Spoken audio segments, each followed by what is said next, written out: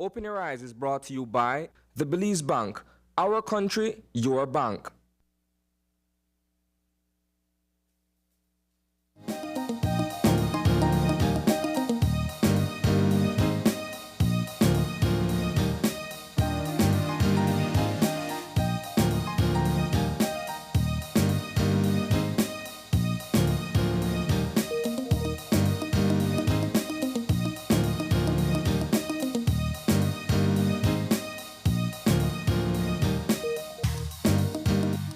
Good morning and welcome to Open Your Eyes. Start your morning right. I'm Sabrina Daly. I'm Asana Ketano. Good morning.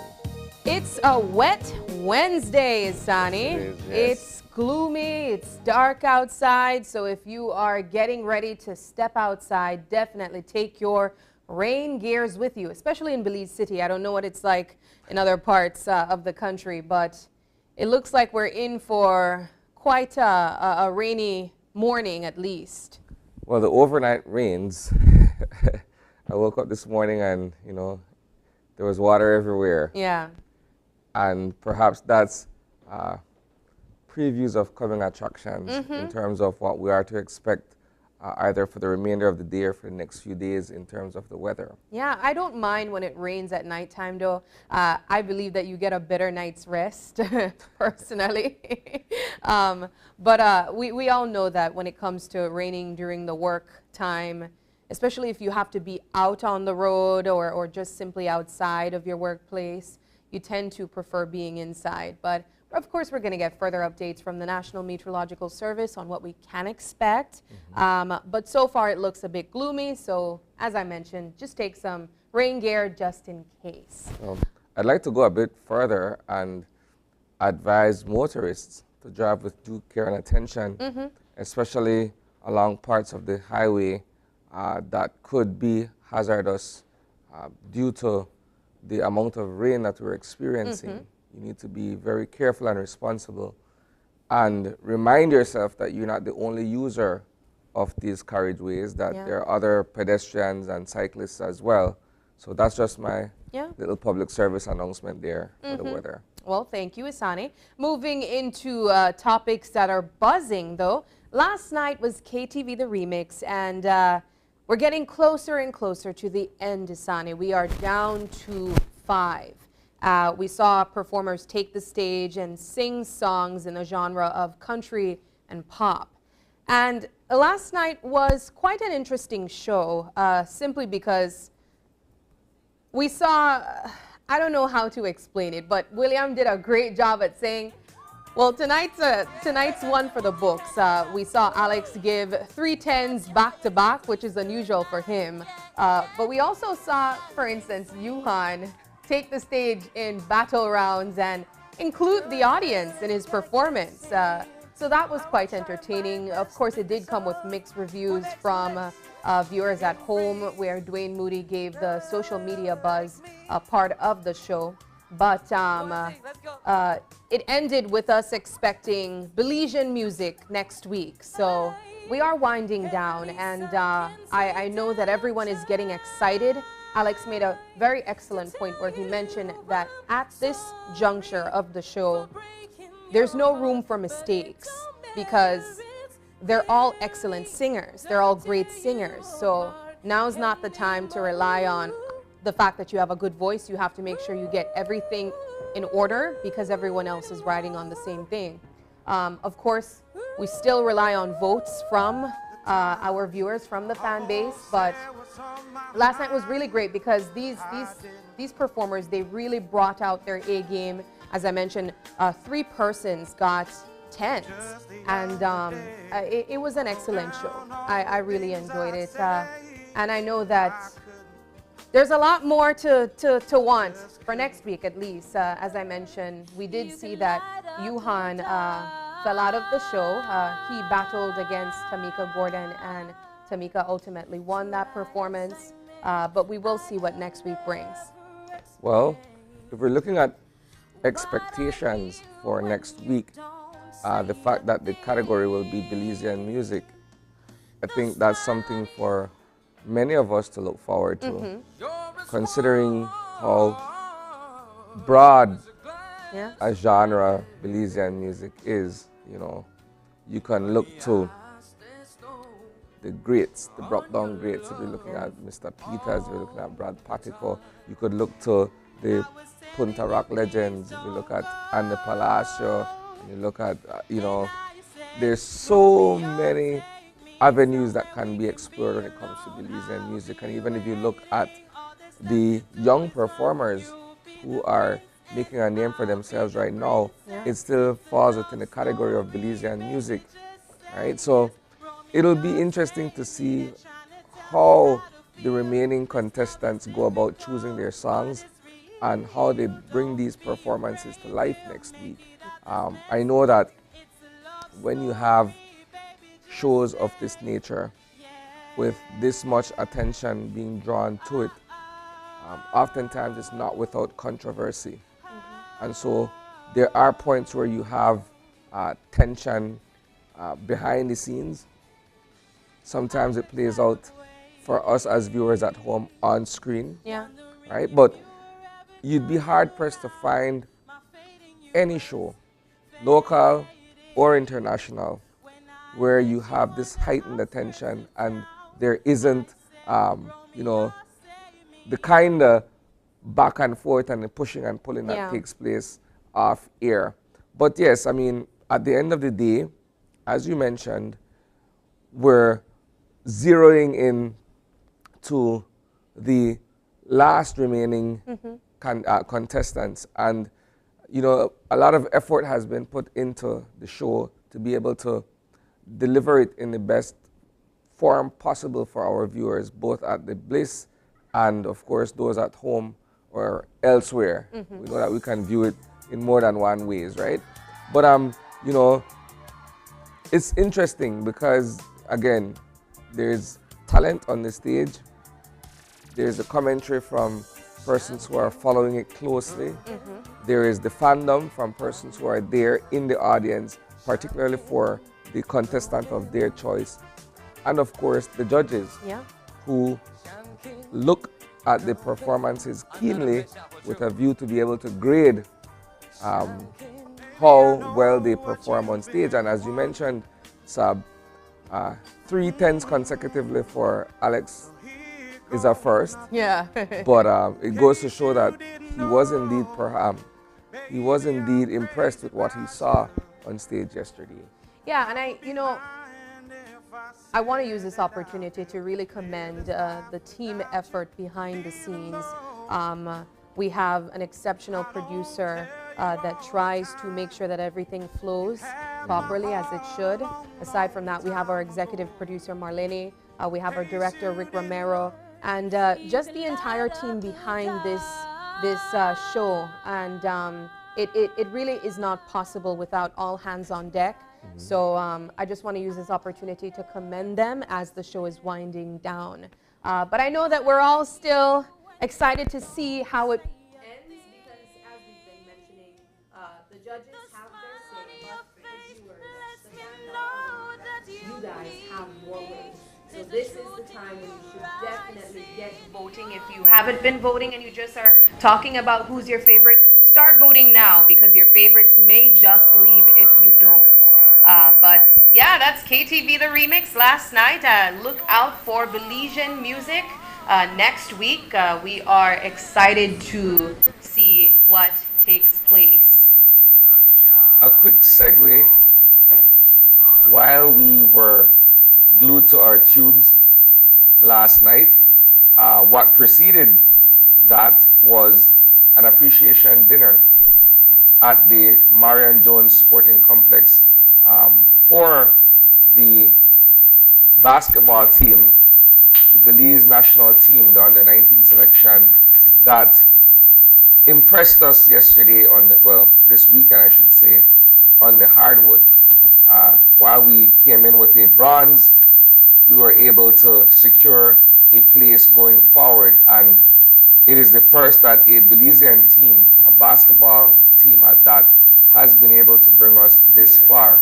So kudos to the guys. I don't want to preempt what's coming in our show, but once again, it's a job well done.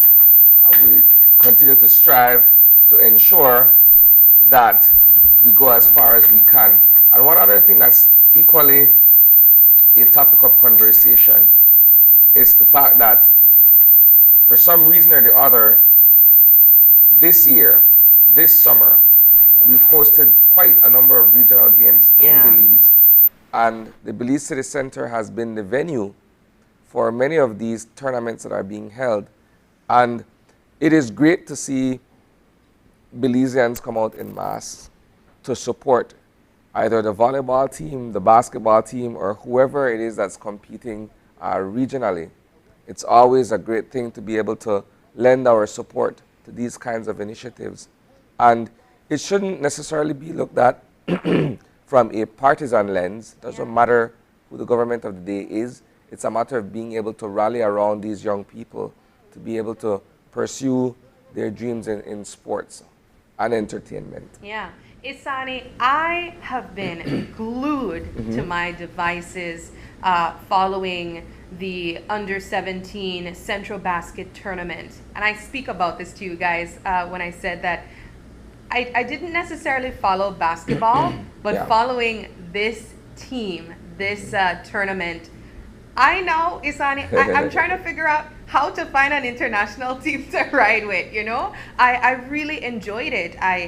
And that's because I never really embraced sports. But now I'm looking to follow every other one, you know? And I definitely credit having these tournaments here in Belize where we can embrace our team that's playing and really watching the Civic Center be filled every time these boys were playing and just see the level of patriotism that comes with it. I think that's really what allowed me to enjoy the game even more. I'm sure these gentlemen would be able to tell you that having us there and supporting them in person also helps as well. We even saw that from the gentleman that was here yesterday speaking about the 23rd Central American Men's Volleyball Championship that's yet to take place on Sunday.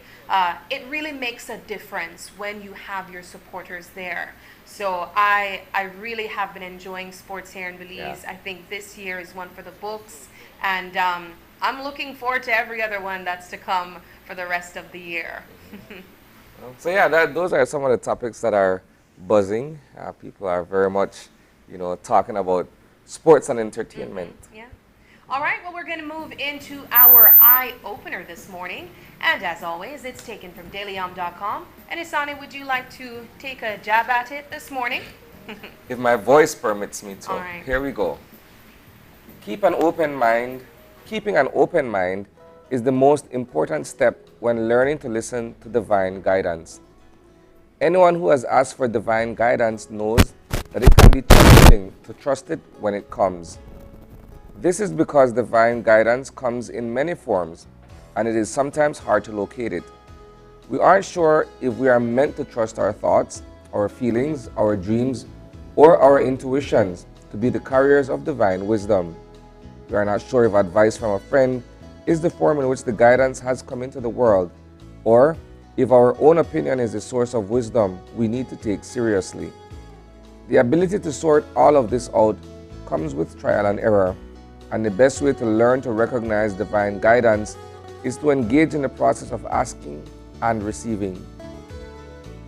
Sometimes when we ask for guidance, we already have a sense of what we want to hear. At such times, receiving guidance can be difficult because we don't want to hear anything that appears to be in opposition to our desire. It helps to acknowledge what we want and then to symbolically set it aside, making room for whatever wisdom comes through to us. In this way, we will gradually attune ourselves to our particular relationship with the divine. Begin to trust the guidance you are receiving, and soon you will find it flowing with ease. I love this eye-opener. And I love particularly the line where it mentions that a lot of times it's difficult to receive that guidance when you already have an answer within that you're hoping to get. But it's true. We want that guidance, and a lot of times we don't know where exactly the answer is supposed to come from. Is it going to come in a dream? Is it going to come from my mentor or family or a friend, or am I supposed to search within and figure it out, you know, because you ultimately know exactly what you need or what you want.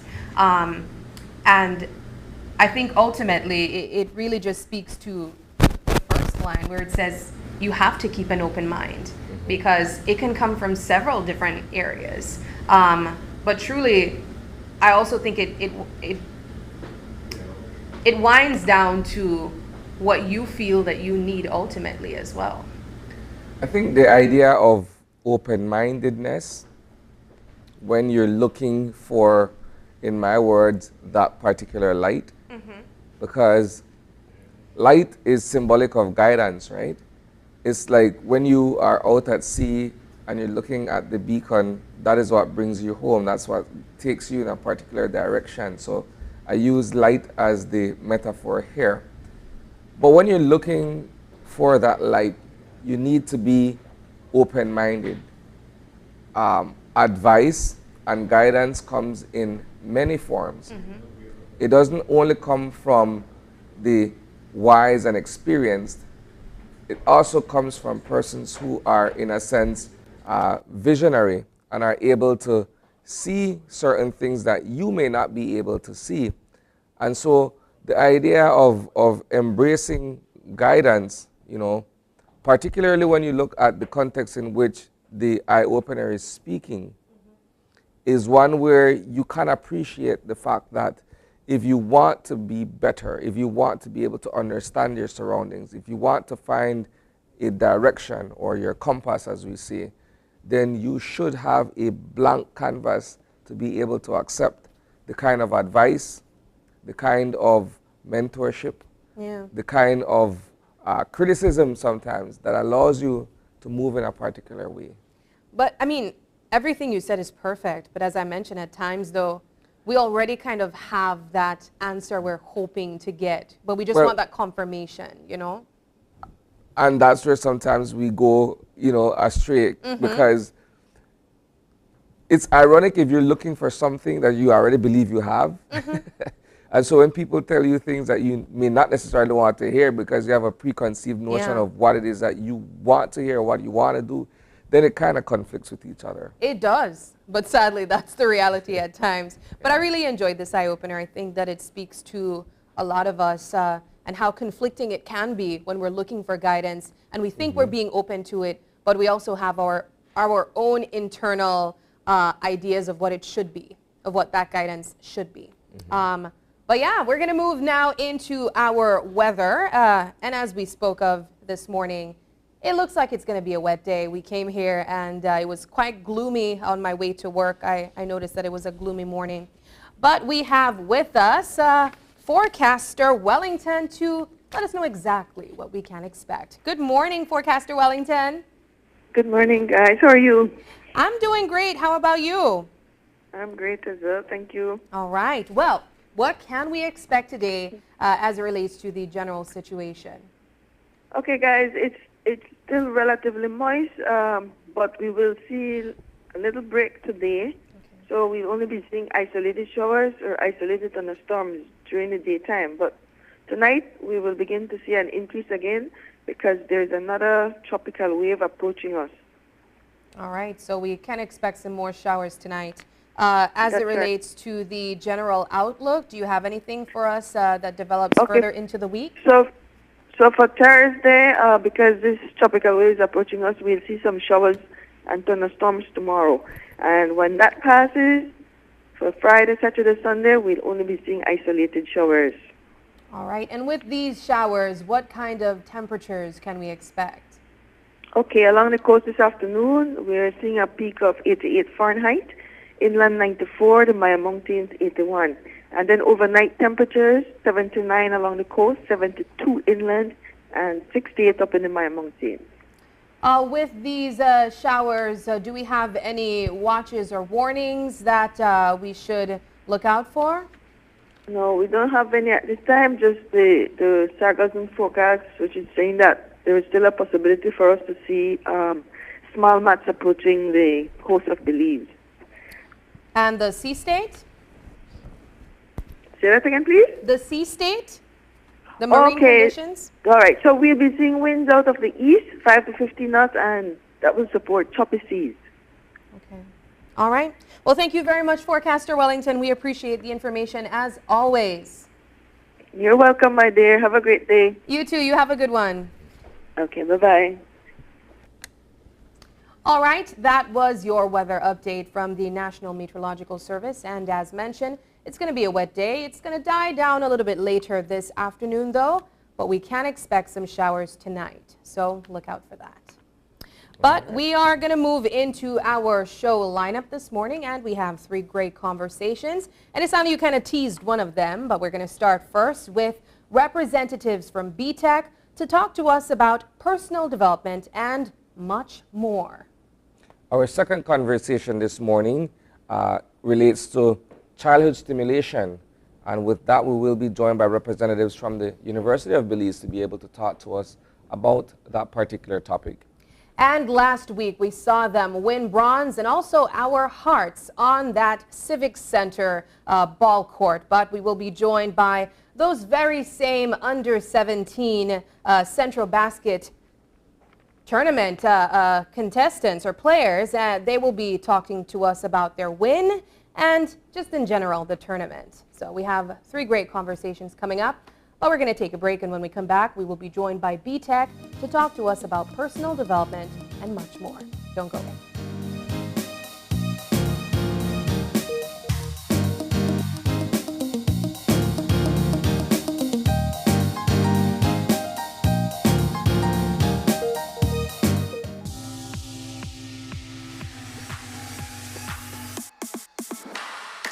Sign up for Smart Share Plan and save big. Whether you're a small entrepreneur starting up your business, a student on a limited budget, or a family trying to save, this is the plan for you. With unlimited SMS, calls, and data, we help you save. Get up to 5 lines for as low as $30 per line monthly, only with Smart. Sign up today at any Smart showroom or sales manager countrywide. So get your business going, share more memories with friends, and be ready for the day with Smart.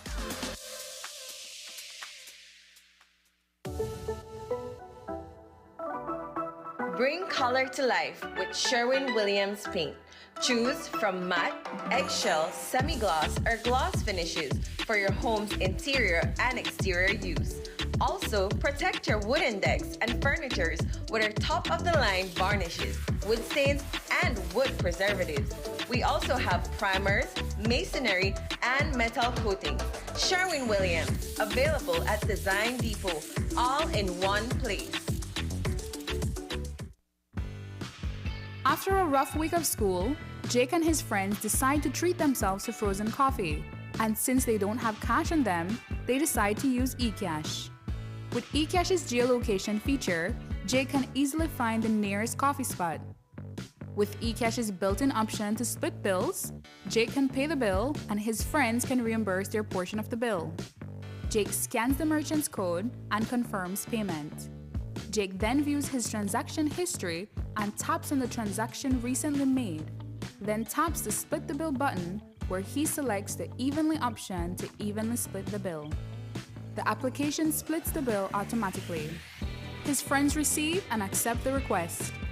Geolocation and splitting the bill via eCash makes Jake enjoy his digital lifestyle. Come on!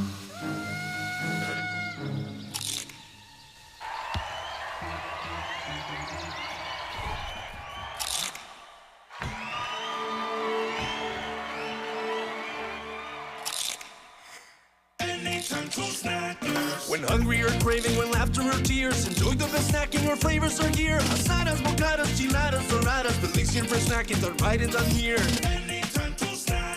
Done right, done here. Are you looking for low-cost television advertising? Have we got a deal for you? Advertise on Channel 5's Daily Classifieds. Channel 5's Daily Classifieds is one of the most effective methods for introducing yourself and your business to the community. Use our Daily Classifieds to recruit employees, promote specials, promote your products or services, promote a business opportunity, increase traffic to your website, and advertise items you have for sale. Let us help you to save valuable time and money. Call us today at 280-0013 or visit us at our offices on Coney Drive to discuss how we can help your business grow affordably. Channel 5 Daily Classifieds. Advertise today.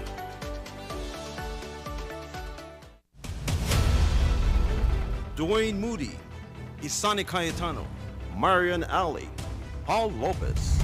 Your News 5 police teams do whatever it takes, go wherever they need to go, so you can catch the story wherever you are, whenever you want, on whatever device. Channel 5 believes on television, Facebook, Instagram, and YouTube, because news is now everywhere, all the time, and so are we.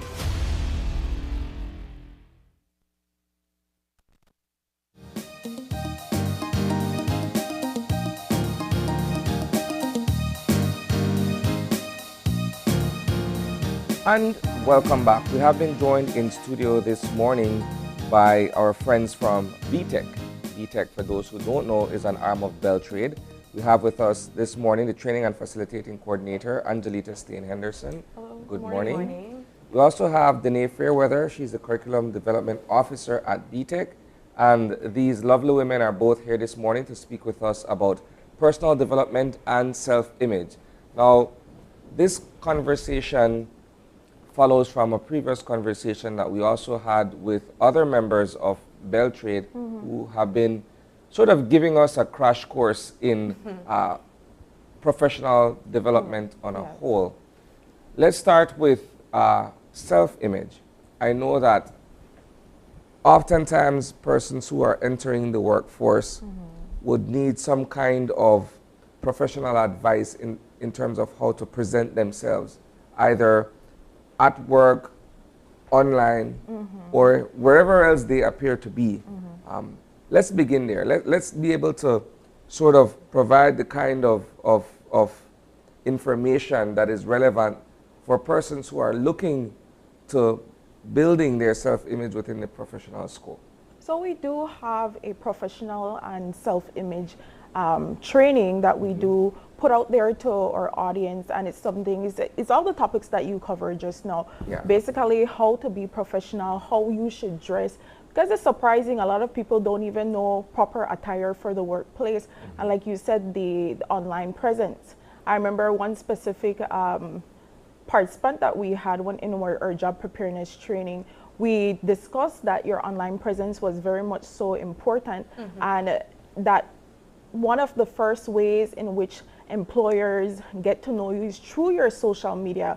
I think that's normal, right? As when you're looking for a job, the first thing that you see when you see somebody's name is go on Facebook, go on Instagram, and you go and look. And there was this one particular person that his online presence wasn't the best, and we had already spoken to him, and just because of that, he didn't get the job, right? So it's very important, not only your self-image online, but how you present yourself, your resume, how you're supposed to look online is very much so important. I presume that there's a thin line between being comfortable with your existing self-image versus being able to have a certain look that goes over well with employers. I think that's always a delicate thing where we've become so comfortable, perhaps in our t-shirt and jeans, or you know, being able to present ourselves a certain kind of way, but then when it comes to real business, you're expected to look and act the part. How do we find that balance? I think, well, another aspect of our healthy self-image training specifically is we explore things like self-esteem and self-confidence and self-efficacy and getting to know yourself, and we go into self-awareness and those aspects of emotional intelligence. So the individual gets to know who they are and where they stand as a person first before you go into the professional realm. because it's important to understand who you are as a person before you enter into the workplace. Yeah. Then my question would be, should your personal self-image and your professional image be different? That's a tricky one. What we try to say is that, yes, you want to have your personal life, and we always have these battles, these discussions with our participants, because they like to say, oh, it's my social media, I should be able to post whatever I want, but your overall brand is your brand. And it's not only your brand, but you're branding for a company, and then you need to take that into consideration. Going back to what you were saying about the way you're supposed to dress on your downtime, you want to dress any like jeans and maybe a white t-shirt or something of that sort, but when you go into the workplace, you need to be a little bit more professional looking. And I like to tell our participants, there's a time and place for everything, and there's a specific way of dressing is dependent on the type of work that you're doing. So if you're going into a call center, you're dressing more casually, but what we like to reiterate is that it needs to be professional. You still need to look nicely or dress nicely, even if it's casual, as opposed if you're going into a bank, then you have to be a little bit more suit and, well, not a suit and tie, but you need to wear a long sleeve and you need to look a little bit more formal, right? So you need to take into consideration that your personal brand is affecting the brand of the company, and if your personal brand doesn't match up with the brand of the company, then you have to part ways at some point. We really enjoyed this conversation a couple weeks ago, and Isani was actually with me where we almost stretched it out way longer than it should have gone. But one of the topics that also came up was persons that were already employed but needed to kind of clean up their self-image a bit on the professional side, because they felt that their personal social media should have nothing to do with their job. And if I'm already hired, why should it matter what I post on social media? So what I like to say about that, and I agree to some extent, and if it's your personal, then you want to keep it private. Put it private. I don't know how you do that. That's what the young kids do nowadays. I don't know, but you put it on private so that nobody, only your close circle is able to see it. Now, don't go and add your boss or your co-workers and then vent if something goes wrong within the workplace, because I see that all the time. Then that will cause some type of conflict. So if it is that you want to have that personal space, then you need to make it private. Because imagine if you're a teacher and you post upon your social media that you're drinking, you're acting loud, what will that reflect to your students, right? So you need to take into consideration your personal brand and how it integrates into the brand of the company. Therein lies the conflict, though. Therein lies the conflict, because it can be argued that, for all intents and purposes, in the classroom, you are the best instructor, and you ensure that you deliver everything that's required of you, and perhaps in some cases you go above and beyond to ensure that your students are learning what they should be learning. But if you happen to be someone who has a social life outside of that, are you penalized? Do we hold it against you that on your downtime, that's what you're doing? I mean, it's an argument that I have with my friends. I try to be the best reporter, the best whatever I do professionally, but outside of that, then I should be allowed to be myself in that scenario. So I think that it's one of those things where it's a matter of how we choose to look at the profession and how we choose to look at the professional, right? I guess my question would be, adding to that, Isani, is this a conversation that you should be having with your employer prior to employment?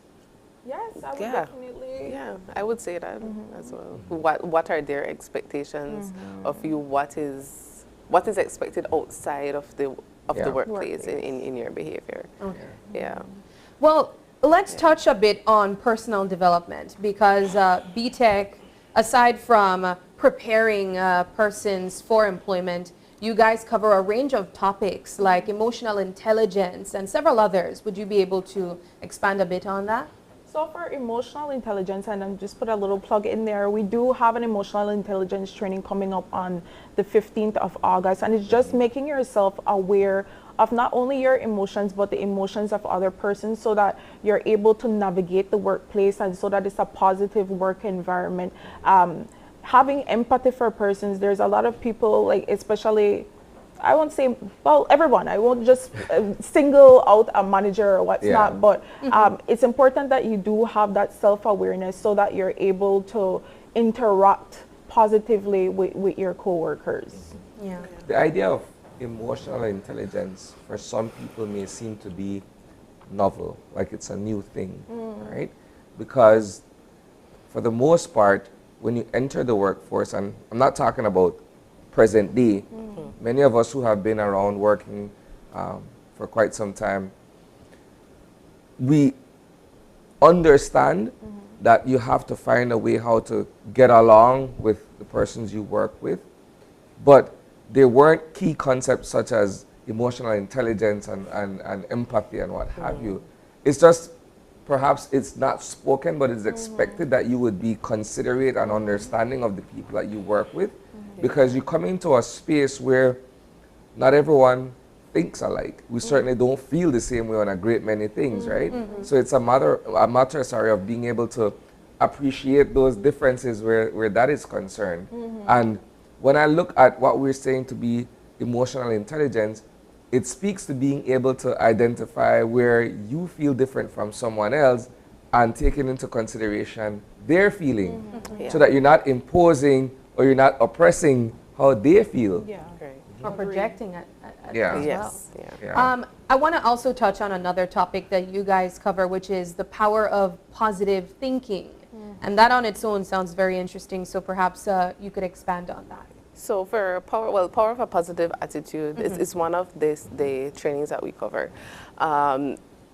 It kind of goes hand in hand with the healthy self-image and the healthy self-esteem training, but we basically talk about how important your attitude is even if you are already employed or if you are just entering the workplace, and your attitude meaning just your outlook on life on a whole, and being able to have a positive attitude. Now, when we say having a positive attitude, no, we don't mean you walk around smiling every single day, because we know that's not realistic, but it just means that, okay, if we see certain obstacles that we have to overcome, we know that this is just an obstacle in the moment, and I will get through this, I will get past this, I can work through this. When you're having sessions like this, do you oftentimes interact with persons that are just about to enter the workforce, or are there cases where, you know, someone's trying to fix and be more positive? Is that either the case at times? Both, I'd say. It's a combination of both. Yeah, it's a combination of both. So in some cases, we interact with people who are very, very green to the working environment, and in some cases, it's people who are already working who might need some tweaking in that area. Well, then in that case, I'd like to know what would be the counter arguments of persons that, you know, really need some guidance on how to have more positive attitudes. What would, you know, be their expression on working at a place where they just can't be positive? Yeah, we have definitely had some rebuttals. We have had persons in our trainings who have, you know, they're seasoned, they've been working for a while, and they say, oh, well, I can have a positive attitude because the people that I work with, they're just negative, and this negative energy is just surrounding me. It becomes a culture. It becomes a culture, and you try to be positive, or I try to be the positive one, but then everybody singles me out when I try to do better, or things like that. So it is very difficult to especially if you're already within a culture that is that is negative, for lack of a better word, and you are trying to come out of that, or you are trying to make certain changes within yourself. It is very difficult. Where does the difficulty lie? I ask simply because some people would say, well, when you come to work, you bring your professional self. You don't bring your thoughts and your feelings from your personal space into the professional realm, into the workspace. So is it that I am not to be particularly concerned about how you feel about certain things that may not be within the scope of what we're doing at work? Is that what we're saying perhaps can be negative? Or is it that we're saying that, you know what, aside from doing the work that we're doing here, I should be more open and accepting to have certain conversations where you can share certain things outside of that particular scope? Which is why we say emotional intelligence is very much so important, right? We always come with the concept that you're supposed to leave your issues and your problems at the door, but we're human beings. Like it does affect the way that we work, and that's why it's important for us to be aware of other person's emotions. Yes, it's not work related, but it does affect it in some way. And sometimes if we don't have that emotional intelligence, we tend to just think, oh, she just has a problem or she has an attitude, when not getting to the matter, the issue at hand, right? So once you just give people a little bit of empathy, a listening ear sometimes, then that does clear the space and clear the air for them to be more productive.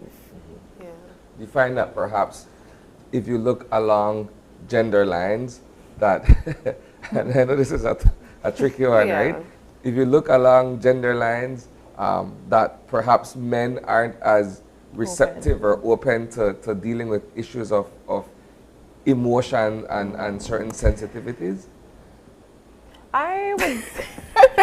I mean, like, I'm being honest. Like, guys, we come to work and we work. You know, it's difficult for us to say, okay, we'll tune into how she feels or whatsoever. It's a matter of getting the thing done.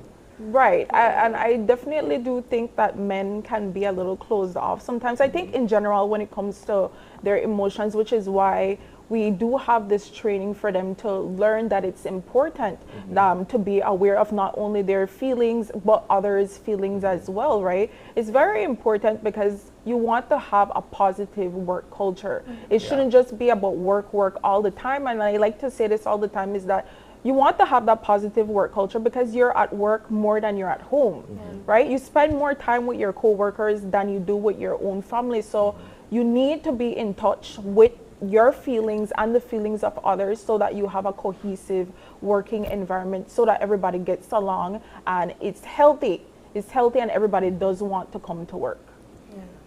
Well, I want to present a mock concept of someone coming to BTech fresh, green, never worked before, and I'm just trying to get some guidance on what to expect, where to begin to build my career. Where do I, or what takes place if I stop in at BTech? So we do have a career management training that Ms. Danae created, because she's our curriculum development officer, right? So the first step, what we would do is we have them sit down, figure out what is it exactly that they want to do, what do they want to become, who is the person that they want to be. After that, they'll sit down and they think, okay, this is the person that I want to be, this is the job that I want to seek out. What skills do I have for me to, already that I do have in my pocket for me to reach to that destination? Okay, so you have those skills, you put that in your pocket and you continue using them. Now, what are the skills you need to evaluate? What are the skills that I don't have that I need to work on? So if you don't have specific skills, okay, how am I going to improve myself in these specific areas? And that's when you have to try to figure out which trainings that I might need in order for me to refresh myself or improve in those specific areas. And I imagine during that time, we also look at self-image, we also look at online presence. And this was a conversation, as I mentioned, that we covered extensively, where I was even told that you guys kind of guide in going back and untagging yourselves from those old posts and maybe cleaning up some of those what's on your mind or tweets and whatnot. How do you go about doing that, or convincing people that they should maybe take a look back in the archives of what they posted 5, 6, 10 years ago when they were a totally different person? Well, usually we start with asking them, would you be okay with your next employer seeing these posts? Would you, if this post that you posted 5 years ago, if this was on a newspaper headline, would you be okay with that being out in the public? And if you're not okay with that being out there in the public, then it's something you should probably take down or private.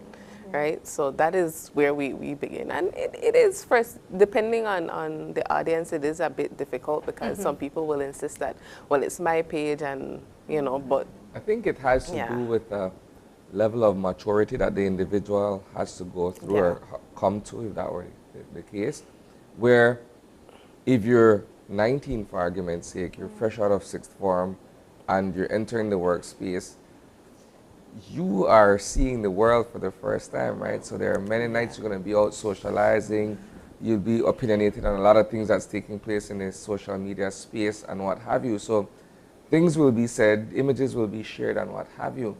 But it may not necessarily be the same you when you're 30 years old. Yes. Now you're applying for a better job than the entry-level one you applied for when you were 19 and you realize, okay, well, perhaps I may have gone too far in expressing myself in certain areas. But if you were to be asked, okay, would you still want this to be plastered on the front page of the newspaper versus you being okay with it now, then I think that's a personal, it's a personal choice, right? Yes. So it's definitely a level of maturity, like you did say.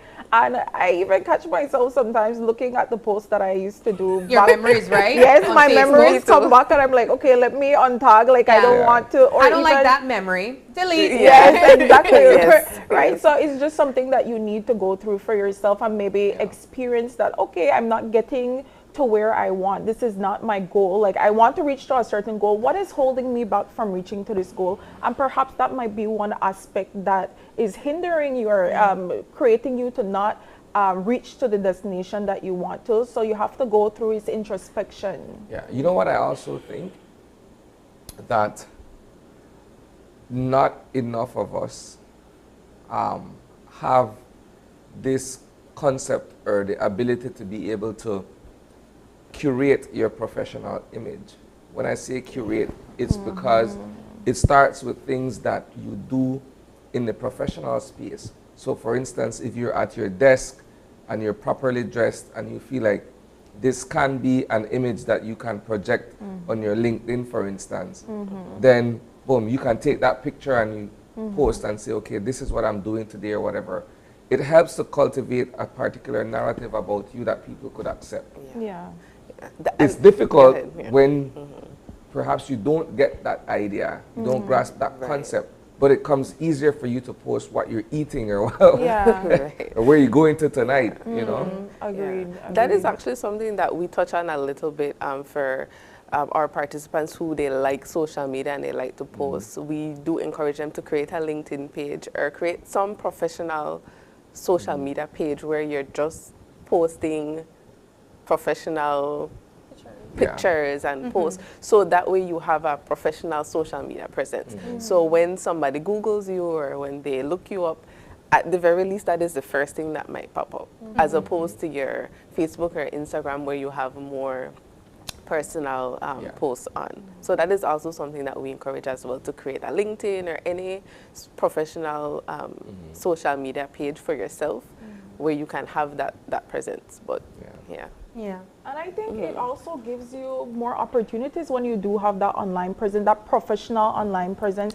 But the thing is, what we do in career management too is not only about the image. Yes, we want the image to be out there and for your personal brand to be out there, but for your actual person to match that personal brand as well, right? Yes, you want to look clean and polished on your LinkedIn and you put up all the different things. How many times have you seen that? A person who has an amazing LinkedIn, but they don't necessarily match with the what's happening they on kind of there. Exaggerate it. We tend to exaggerate. And it's very easily exaggerated. So there needs to be a balance between the two. You need to have the online presence, the professional personal brand, but you want to make sure that you're actually a professional as well. You know, one of the experiences that I had as a young man in college abroad, it's the fact that it kind of goes against everything that we're speaking about here in terms of one's professional image and so on and so forth. But you touched on it to say that it depends on the kinds of jobs that you're doing. I could recall working at a research facility where your personal image wasn't necessarily their concern. It was about being able to deliver the information and the accuracy of the information and what have you. So you had a lot of young kids around who dye their hair, tattoos, piercings, and whatever. And the management never really bothered with how you show up to work. It's about the fact that you're able to deliver the information. And in some forms of information technology in that space, you have people who perhaps who are IT experts who stay behind the machine all the time, so they're not at the forefront of the business. So we're not concerned about how they look. It's more the receptionist at the front desk when you come to the office that we say, you know what, you have to have a more clean and sharp image versus the researcher in the background, right? It was an idea for me that I had to accept, sort of like a culture shock where that is concerned, because in Belize it's so different. You're required to have a certain look up front, regardless of where you fall. So that's definitely true, and it's true that dependent on the type of job that you might have is how much people will judge you for your personal life and what you tend to put out there. So if you're a doctor, unfortunately, people will judge you. If you're a teacher, if you're a lawyer, if you're a frontline worker, because you're the face of the company, they will judge you. And if you're IT and you're more to the back, because you don't have that interaction, they won't necessarily look at you for your personal life and what you're posting on social media. Well, the same goes for creatives, right? Creatives operate in a certain space where you can't box them into a uniform and tell them to appear to be clean. Creatives are persons who enjoy body art and other forms of expression that you can't really contain and say, well, that doesn't fit the criteria. Otherwise, it wouldn't be creative. Precisely. What it boils down to is the types of career that you're choosing, and of course, that conversation with your employer, I'm gathering. Yes, you need to have that, like Ms. Dene had mentioned earlier before, is that you need to learn what the expectations of the company is. Like, I had a coworker who came in and he had tattoos, but that doesn't necessarily mean that he doesn't know how to do his job, but that was something that he had to have a discussion with or the employer beforehand to ask if that's something that would be a turn off to the company. And of course it was not a turn off. They hired him. Right? So it's just figuring out what the expectations are for the company and what you're willing to give into. All right. Well, we certainly know that self-image plays a big part, and this is a conversation that perhaps we need to have a bit more, because there are persons that still feel like that shouldn't be a part of professional development and whatnot. But I want to go back to my initial question that I asked when we enter BTech and we're trying to establish our career. So we spoke of deciding what exactly you want to pursue career-wise, finding out the skills that you have, the skills that you don't have, how to acquire these skills. And now we're going back to, okay, now it's the personal development aspect. So what are the first questions that you would be asking for the personal development parts of these training that you provide? So, like I had mentioned before about figuring out what skills you have, what skills you don't have. Okay, we have a variety of different trainings that we do have. We have positive attitude, emotional intelligence, communication skills, and the list goes on and on. We then give them that sheet, and we do have our calendar of trainings that we do have. Okay, you don't have these skills, these are some trainings that you can take. Some of them are free, some of them you need to pay a little something for the training, right? So going through those specific trainings with them to figure out, okay, these are things that you need to improve on. Are you willing to take the training? And it's not only about our training, because I don't want to seem like I'm just plugging our trainings, but there's different ways you can learn too. If you're interested, you could listen to podcasts, you can read a book, you could enroll into school, but training is something that I advocate for because it's something that's very easy. You could do a quick one-day training and you could learn so much information. So it's just going through those different trainings with them to figure out what specific area they need to improve on. All right, and after acquiring these information, I assume that you guys guide them with putting together resumes and finding out how to prepare for that interview. We also spoke about that in one of your last visits. So how exactly does that go about when we're preparing for that interview? So, well, first we would take them through putting together their resume, and depending on where the participant is, if in some cases they're very green and they don't even have a resume prepared, and in some cases they already have one and it's just to tweak it. So we guide them through tweaking your resume to suit whichever job you're thinking of applying for, and highlighting your top skills, your strengths. If they have educational background, then they would highlight that first. If not, because in some cases we get participants who have never been to school, so then you would just highlight your experience and your skills.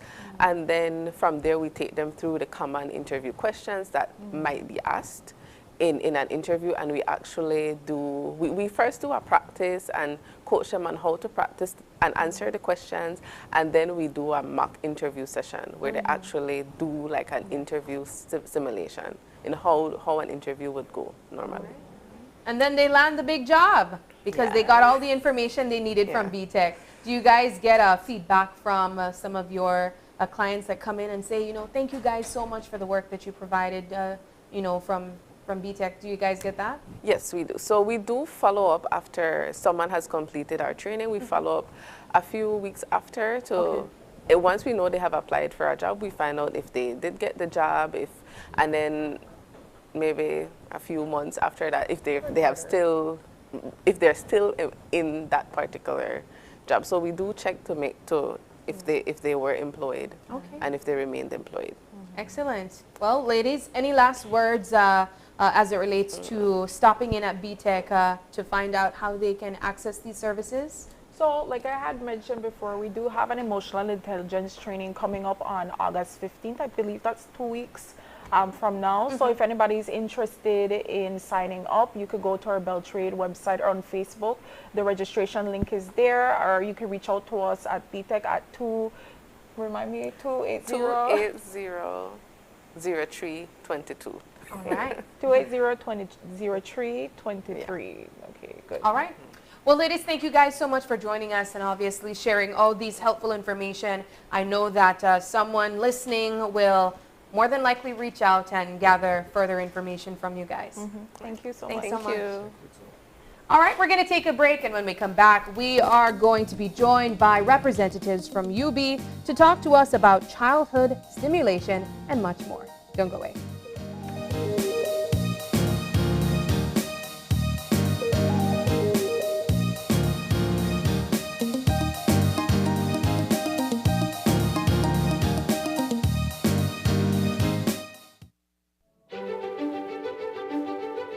Technology is ubiquitous, and it's transforming how, when, and where we work. Fulltech Systems is placing award-winning devices in the hands of information workers, allowing them to work without compromise in a world without wires, to innovate, create, and to maximize productivity anytime, anywhere, satisfying the needs of the desk-centric remote and field worker and every other worker in between. We are providing the industry's best devices to businesses going through the process of digital transformation. Partner with us today to provide the solutions that will allow your employees to work effectively and efficiently to enhance your customers' experience.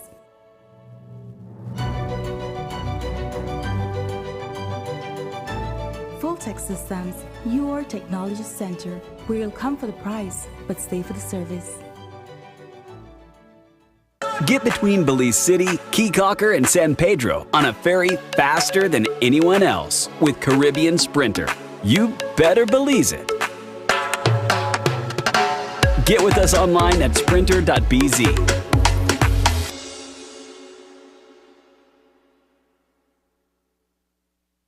Summer's here and Cellular World is having the hottest summer sale of the year, bringing you the latest and greatest in tech products at rock bottom prices. We've got everything you need to embrace your summer adventures without breaking the bank.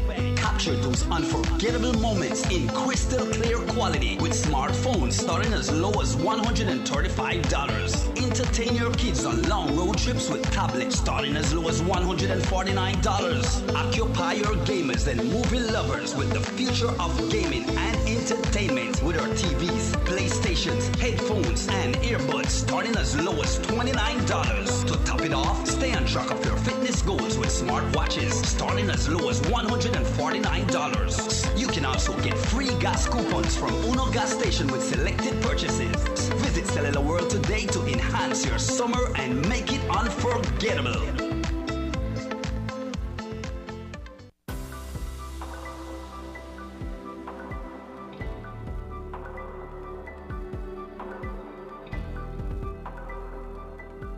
When designing your kitchen or bathroom, you want fixtures with functionality and style.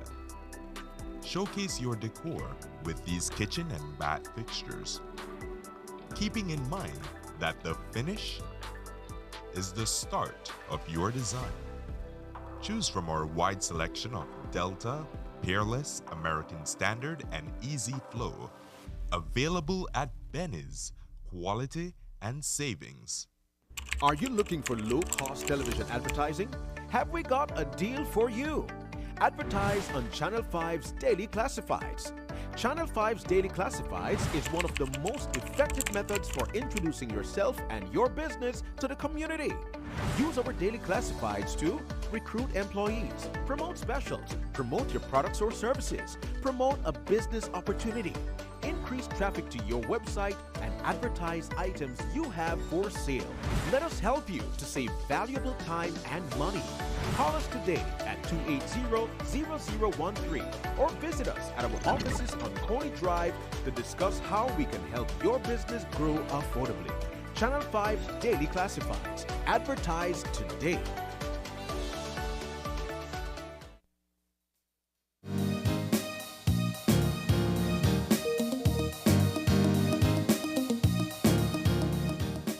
Welcome back. We are moving into our second conversation for the morning. And this one is all about the University of Belize and, of course, their celebration of their 23rd anniversary and all the future developments that's coming as well. We are joined by Dr. Thisbe Lucas Usher. She is the Dean of Faculty of Education and Arts. And we are also joined by Dr. Lisa Johnson, and she is the Dean of Faculty of Health Sciences. Good morning, ladies. Good morning. Pleasant, good morning. All right. Well, perhaps we can start with the anniversary. It's the 23rd anniversary of the University of Belize. And let's begin by talking a bit about the celebration, how far we've come, and what it means to be 23 years old. Well, I think Dr. Lucas can provide more information on that because I think she has been with the university a much longer period than I, and I think she will do it justice. Well, certainly we are happy to be celebrating our 23rd anniversary this year. The university has come a long way. Well, 23 years of, many would say we're still young, right? 23 years in comparison to other universities. But we have come a long way. We have grown over the 23 years, and it is certainly a wonderful moment for us to look back, you know, and at our 4 faculties. Our university consists of 4 faculties: the Faculty of Education and Arts, the Faculty of Health Sciences, Faculty of Management and Social Sciences, as well as the Faculty of Science and Technology. So all 4 faculties have certainly had major accomplishments over the years. So we have a lot to celebrate at this point. How do you celebrate all the accomplishments that has come about in 23 years? As you mentioned, it's young, but really and truly, it's not that young. Yes, well, I know that we have plans for an actual ceremony on Friday, and that will, you know, will be certainly highlighting these accomplishments over the years. So we have not celebrated as yet, but we are hoping to do so on Friday. Well, it's a milestone nonetheless. I mean, while yes, you may not be as old an institution as others in the region and elsewhere, to get to 23 and to be the national university of the country, then that in itself is an achievement worth, you know, certainly beating one's chest for. Yeah. Yes. And one has to consider also that the 5 institutions that formed the University of Belize predate the formation of the University of Belize, and we were educating nurses, teachers, agricultural specialists, and people through the Belize Technical College and then UCB before that.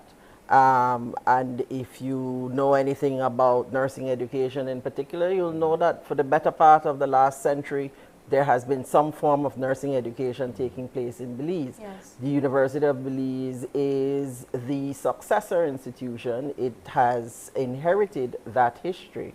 And so while 23 years is what we know it as, if we were to look at what formed the University of Belize, then we'll understand that it is much more 23 years. And in the world of universities, that is still young.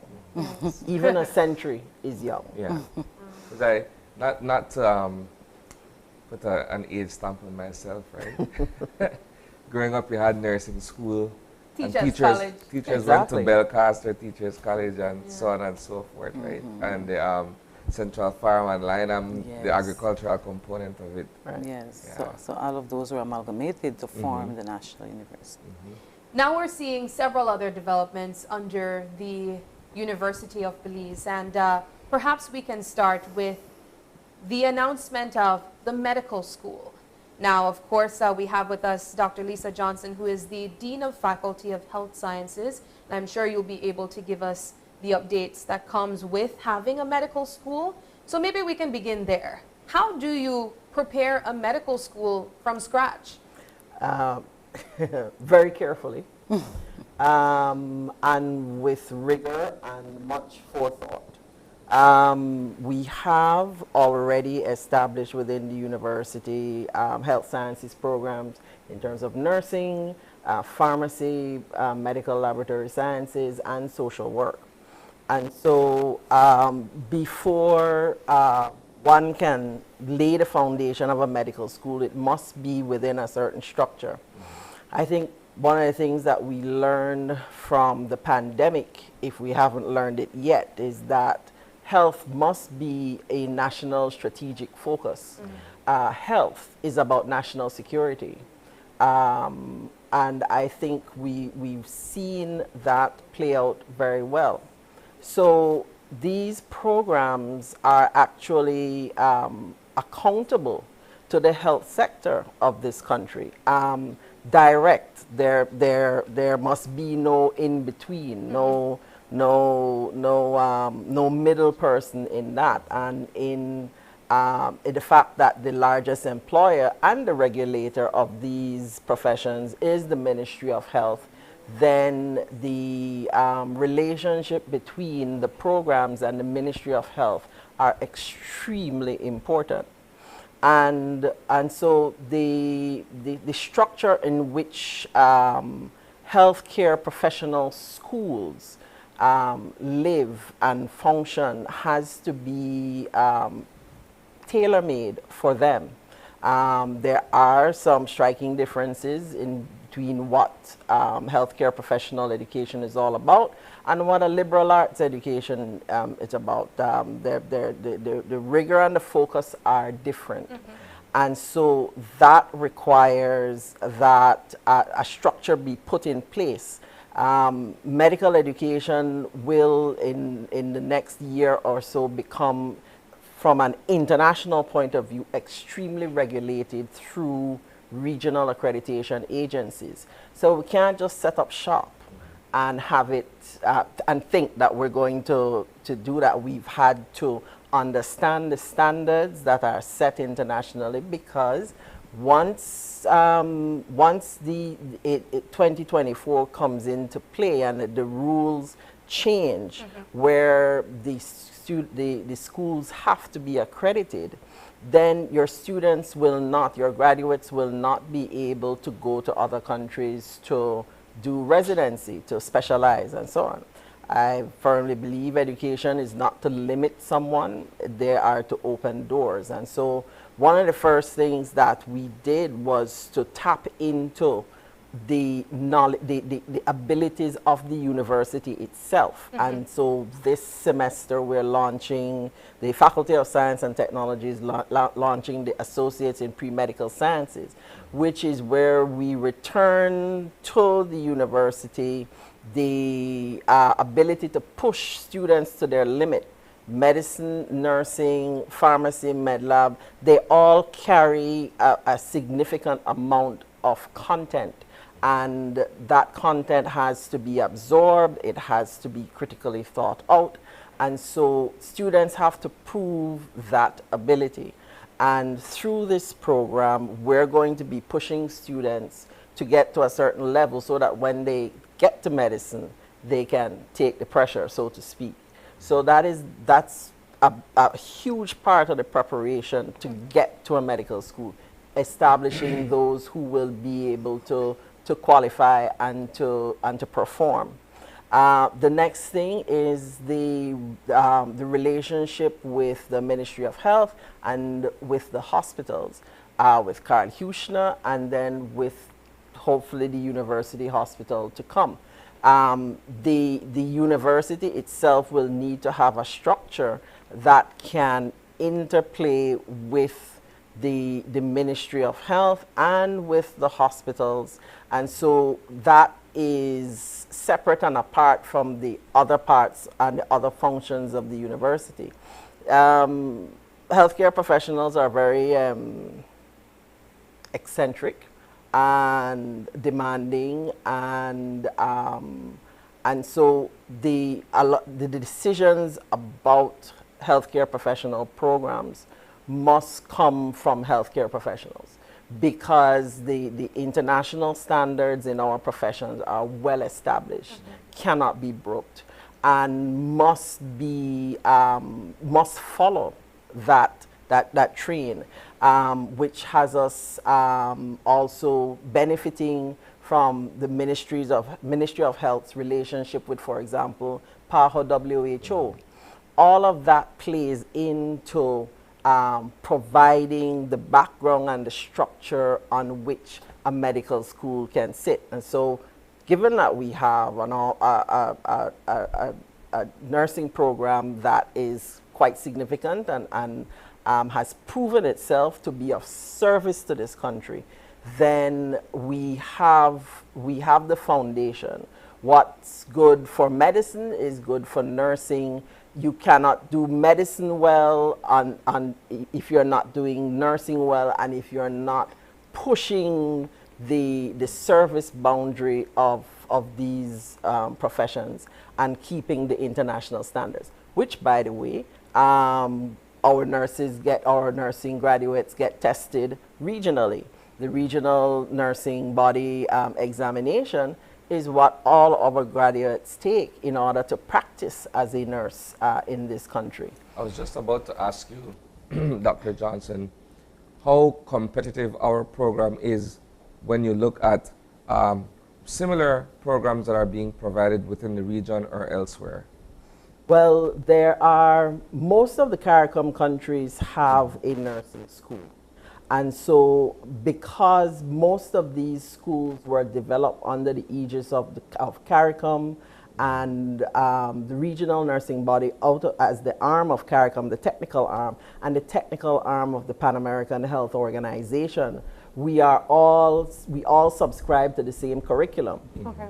So what happens is that when our students pass the RENR, they are capable of registering with the nursing councils of all CARICOM countries. That's what regional examinations and keeping to standards does for your people in terms of making sure that they're getting a certain level of care, making sure that your students are getting a certain level of education. And in our game, our performance in the clinical setting is as important as the knowledge. And knowledge is what gives you the ammunition, but you have to go out there and make the gun sometimes and clean it and keep it clean and sometimes make the bullets as well and put them in. But if you if you understand the interplay between the clinical applications of knowledge and the getting of the knowledge itself, there are other professions like this, but because of the responsibility that our graduates carry now, and that graduates of future programs such as medicine will carry, we're taking it extremely seriously. It is very important that that healthcare professional education continue to follow international standards, and that we invest in them, because they're not cheap either. It's the name of the game. So we covered the logistics that is necessary for the University of Belize's medical school to have accreditation and to be recognized regionally for these future students to be able to work. Now, the obvious questions that I imagine persons who are interested in this field to have is, how long does it take to acquire an associate's medical degree and then a bachelor, and when does it begin? Well, I'll answer your last question first. We should be advertising for faculty shortly. That will go out. There's already been an ad put out for the associate dean. And I can say that we can give a start date when we have our faculty in place. This is not something that can be done over Zoom. Not that there aren't some things that that the digital world will add to students' self-study and so on, but we need to have the faculty in place before we can say we're starting X date. In medicine, you cannot put the horse behind the cart. At least not if I'm there. All right. Well, let's move over to Dr. Usher and speak about the child stimulation aspect of what the University of Belize is implementing. You are the Dean of Faculty of Education and Arts, so perhaps you can speak to us of how you guys are inserting child stimulation into this conversation. Okay, our faculty offers a number of programs, both for teacher training as well as for history and in the area of languages and literature. So the Early Childhood Stimulation Center serves as a lab school for our student teachers. So we offer programs for student teachers ranging from the early childhood level through to secondary schools. So the students in our programs would be able to engage in practical experiences at the Early Childhood Stimulation Center.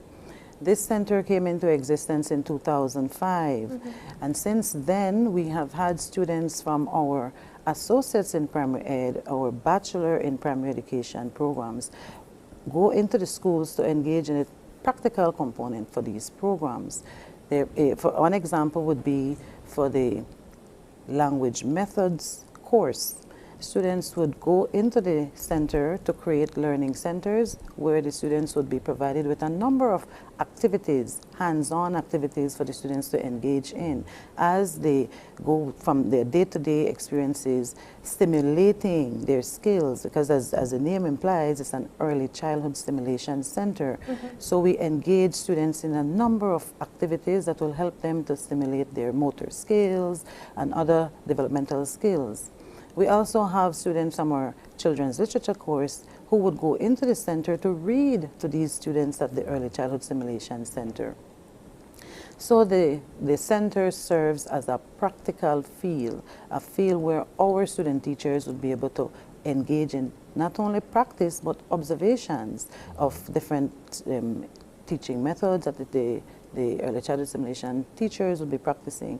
And also the stimulation center caters to students from ages 3 to 5, as the Ministry of Education requires. Students at those ages are at the early childhood level, where they engage in a level 1 program from 3 to 4, or the level 2 program, which the students from 4 to 5 would engage in.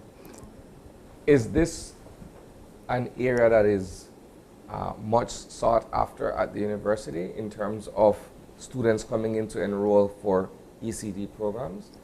Well, the ministry is currently encouraging our early childhood teachers across the nation to acquire the professional qualification, which is the associate's degree in early childhood. So the program has been in existence for a number of years, and we find that more and more the enrollment has increased for that particular program. Dr. Johnson, you kind of touched on it a little bit, speaking to online programs. And while facing COVID-19, we saw where institutions had to adapt and provide that type of learning for their students.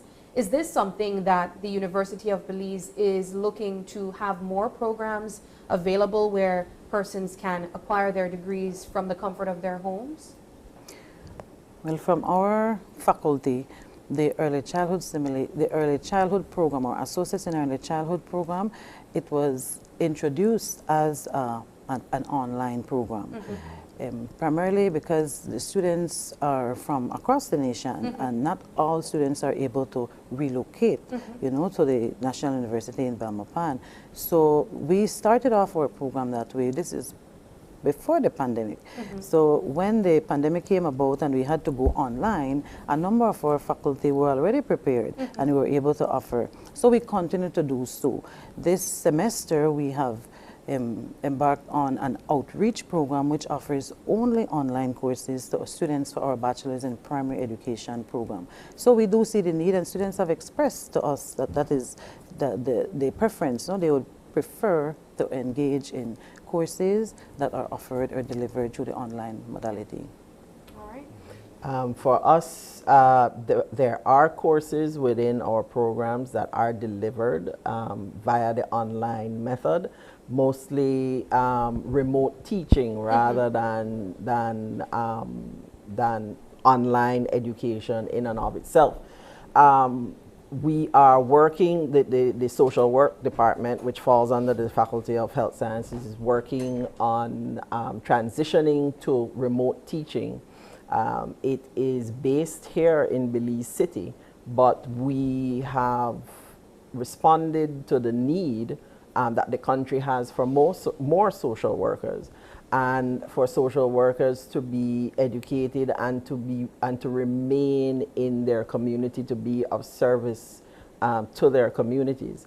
And so we are currently working on a hybrid classroom, developing that hybrid classroom, one here at in Belize City, and we are pushing it with the campus director in Punta Gorda to have a receiving classroom in Punta Gorda, so that students from the south can either access it via the internet or actually go to the Punta Gorda campus and get and participate in a class that is taking place here in Belize City. So we are demoing it, putting it that way, because of course there's a lot of equipment involved, and we're trying to figure out what's the best configuration, the size of the room, to make sure that students can participate, students can see the teacher, teacher can see the students, and that we are essentially trying to mimic the face-to-face experience rather than go fully into the online methodology. And we think for us, we are a group of face-to-face professionals.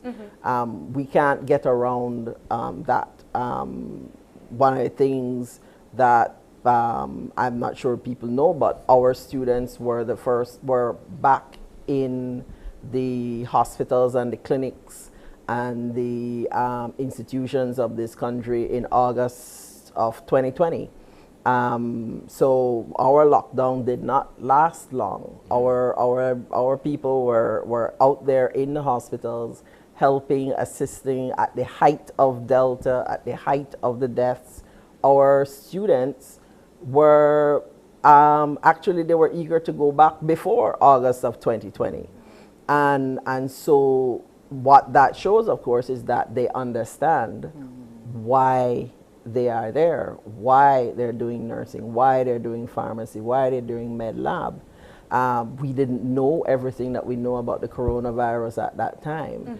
And so that is also part of what we are supposed to be instilling in the students.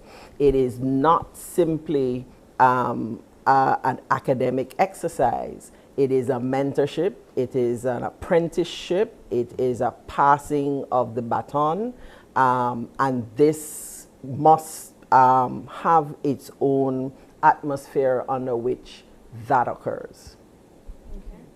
Well, ladies, thank you so much for joining us and sharing updates on your side from the faculties that you represent, what's taking place over at the University of Belize. Happy anniversary, happy 23rd.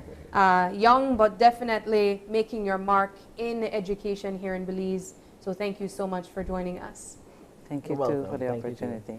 All right, we are going to take a break, and when we come back, we will be joined by some athletes, the U17 bronze medalists for the FIBA tournament. Don't go away.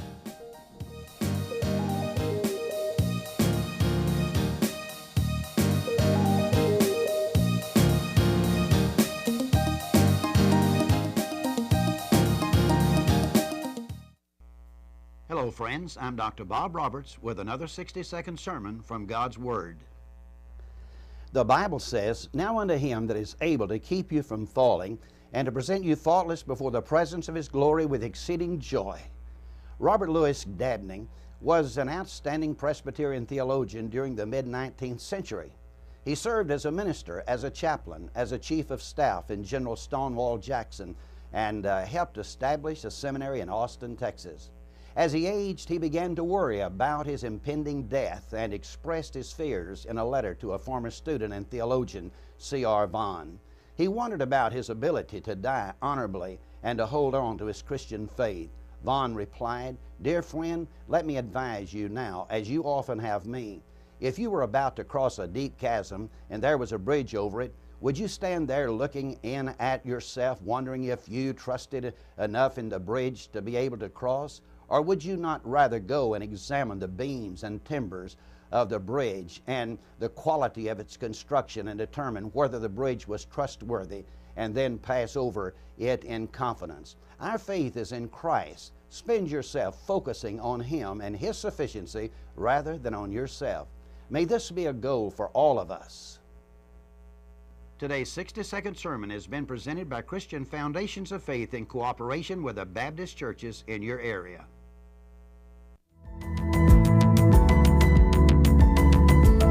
Smart introduces Real Unlimited postpaid plans, providing customers with unlimited talk, unlimited text, and unlimited data. Now that's a real great deal. With Smart Plus, Share 1 and 2, and Enterprise 1 and 2 plans, you can talk as much as you want, text as much as you want, and for the first time ever in Belize, you can enjoy unlimited data with your postpaid plan. So come in and sign up for an unlimited postpaid plan and enjoy limitless possibilities. In addition, other plans such as the Flex Junior, Choice, and Select have been boosted with a lot more talk, text, and data, providing you with the best value for your budget. Be unlimited with Smart. It's time to power your dollar with Smart. Get ready, babe. We're going on a vacation. Finally, where are we going? Don't worry, babe. I have we covered. Are you sure you know where we're going? Yes, babe. Oh, right there, see?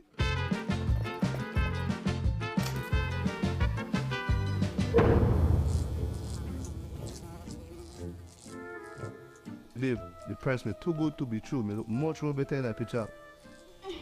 When life throws you a curveball, Belize Bank has your back. With our online financing, you can turn any vacation mishap into a dream getaway.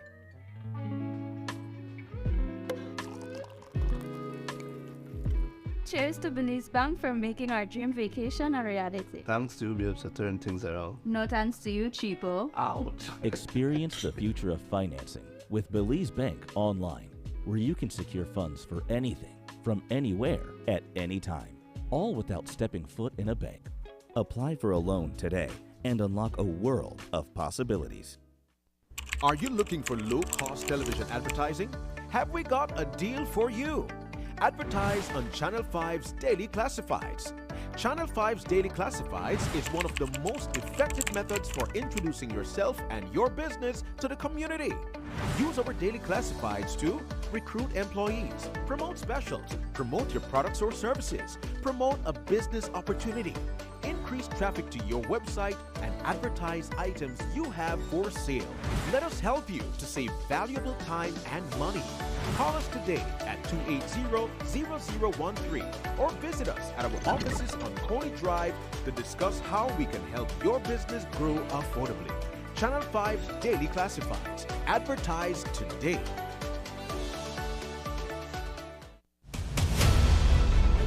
Dwayne Moody, Isani Cayetano, Marion Ali, Paul Lopez. Your News 5 Belize teams do whatever it takes, go wherever they need to go, so you can catch the story wherever you are, whenever you want, on whatever device. Channel 5 Belize on television, Facebook, Instagram, and YouTube, because news is now everywhere, all the time, and so are we. Whether you're at home, on the road, at work, or at school, if you see news happening or suspect that something might be up, call or text the Channel 5 News Belize tip line at 672-5555. You don't have to give us your name, just give us the tip. That's 672-5555. Call or text us so we can check it out. And we'll be back in a few, so stay tuned. Thanks, Jen. Hey there, we know you have to head out to work shortly, but don't forget that you can stay tuned by watching us on our Facebook live stream. Find us at Open Your Eyes BC, and you can continue watching there. You can also download Facebook Watch on your streaming device, and you can watch at your own convenience. And for all the behind-the-scenes fun, follow us on Instagram at OYE Belize. So, find us and follow us today.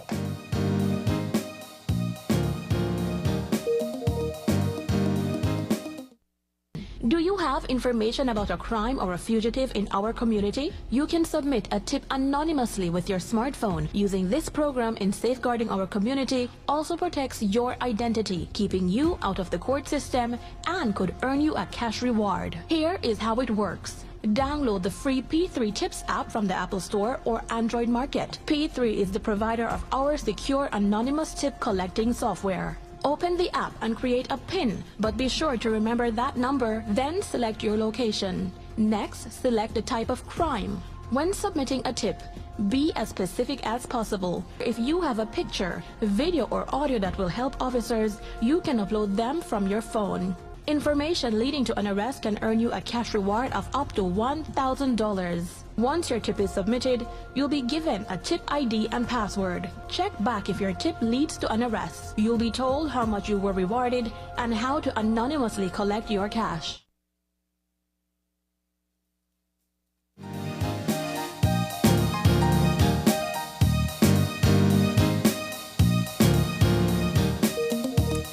And welcome back. Our final segment this morning is to discuss our achievement over the course of the past few days in the Central Basket Tournament, and this is for under 17 athletes. We have with us in studio this morning Mishak Flores. Good morning. Good morning. We also have with us Daniel Musa.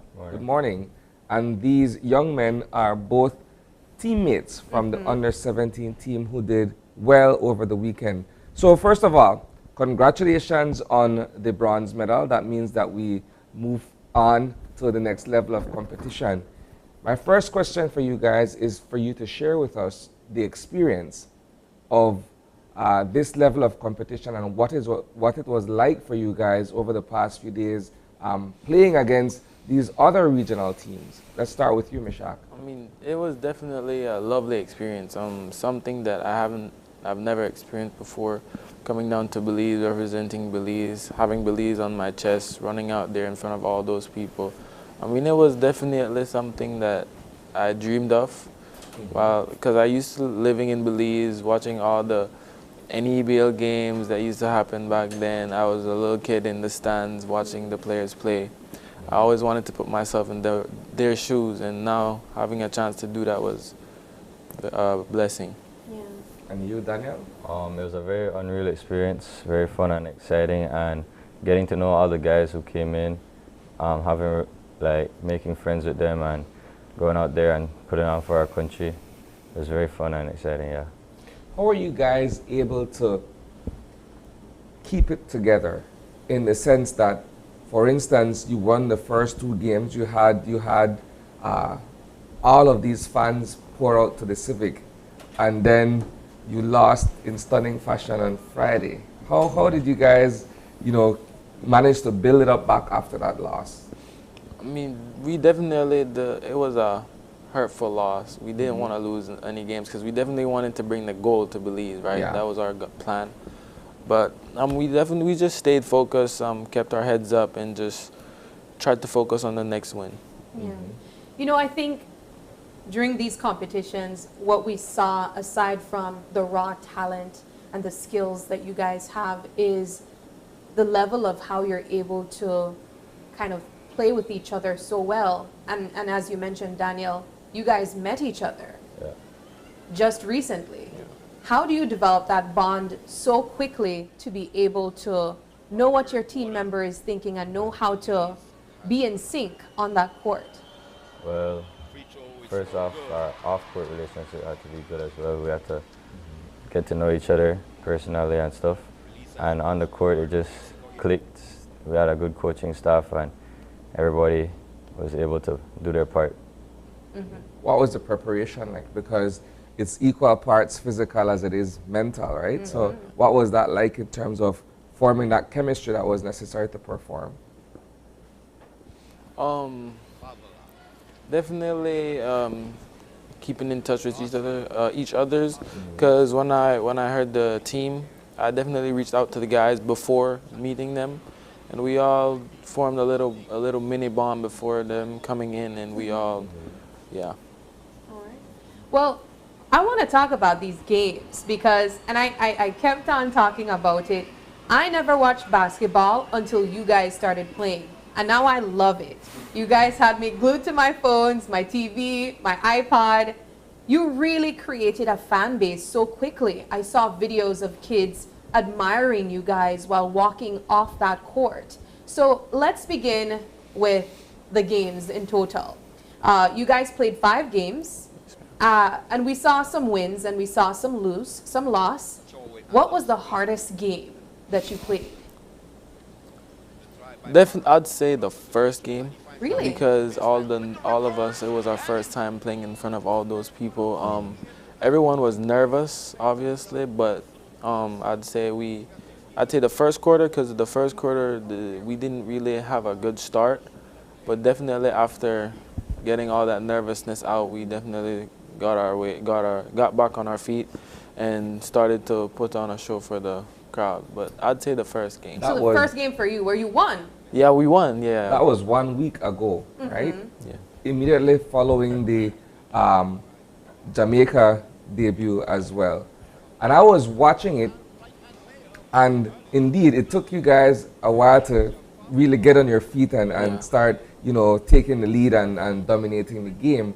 And I think when I look at that performance, while I was impressed, it was the subsequent games that I personally believe that you guys truly came into yourselves on that court.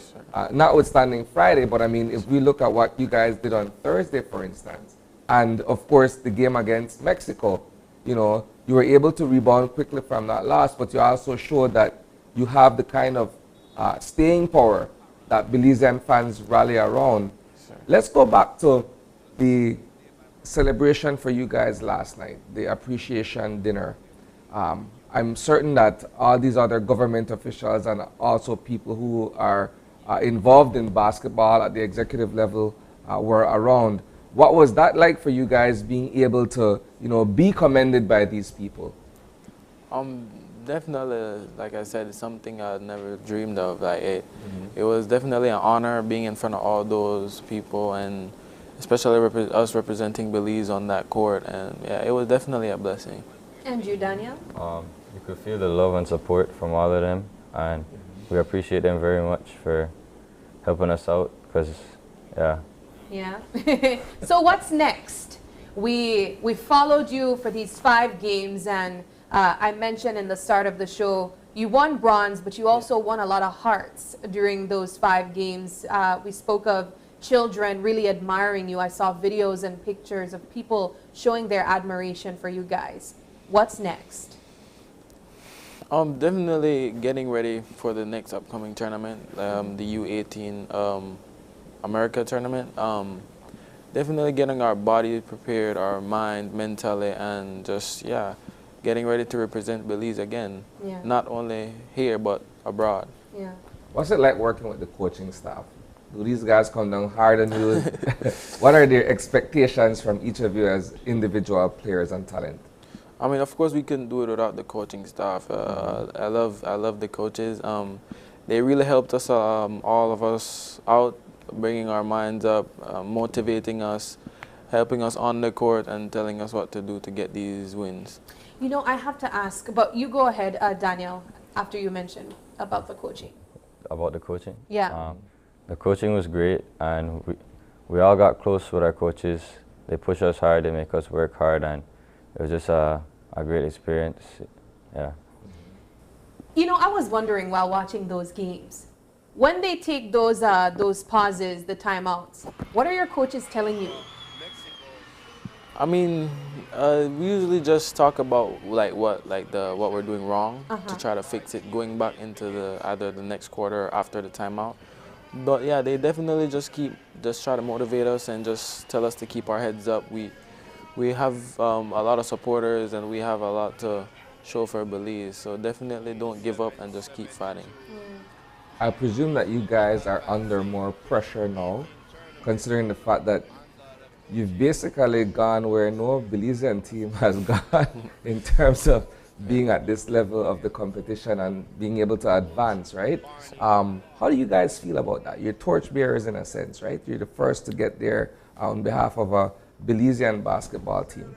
What's the feeling like in terms of being able to either manage the expectations or be able to rise to the occasion going forward? Definitely staying focused. We definitely have to stay focused. Like I said, keep in touch with each other and try to build that connection for the next step. And you? Yeah, just staying focused and keeping up with the teammates, talking to them, keeping our relationship good so we're ready for next year, and just working out hard and stuff. So the U18 tournament is next year. Yes, ma'am. Can I ask your ages now? I'm 15 years old. 15. I'm 17. Wow. 15 and 17. And that's How do the you next come down thing- off that high? Yeah. Because I'm pretty sure you're walking around and everybody is looking at you guys with You guys awe are and celebrities. admiration. How do you balance the two things now? I mean, it definitely is cool. It's a nice experience to have. But yeah, like I said, we just have to all stay focused. Don't just get too cocky about it, and just stay right at that level so we can go to the U18 tournament next year and put on a show for Belize. Yeah, like you said, don't get cocky. You have to be humble about it, because when we go out there, we're facing big teams, and those guys are also representing their country, the best players out there. Mishak, you go to school in the United States. Yeah. Have you gotten any feedback from some of your friends? What are they saying?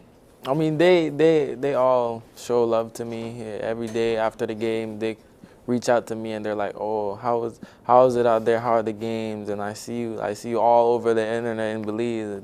they think it's pretty cool. Yeah, I could imagine. Let's go back a bit to perhaps some of the learning experiences or maybe even the teaching points that you would have gathered over the past few days. When you look at the Dominican Republic and you look at the Puerto Rican teams and the fact that they are formidable opponents for you guys, how do you look at what they brought to the table and perhaps what you guys have learned from them, even in victory or defeat? I mean, those teams, those guys have been together for almost their entire life, playing with each other, developing with each other, having the same coaching. So they definitely had an advantage, a little bit of an advantage on us because we just met each other for we only known each other for just a week, playing in the tournament. So yeah. And that's what I was thinking, the chemistry and the friendship, the bond that you guys were able to develop in such a short space of time and show that on the court against these teams that were probably established for a while before, that on its own was impressive. And I think it really speaks to the level of coaching that you guys had, as well as the skill sets and the mindsets that you came in with, I believe. Would you be able to agree with that? Yeah. All the guys were prepared, and we were just ready to compete against and represent our country good. Yeah. What was the most, I'd say, exhilarating point of this competition?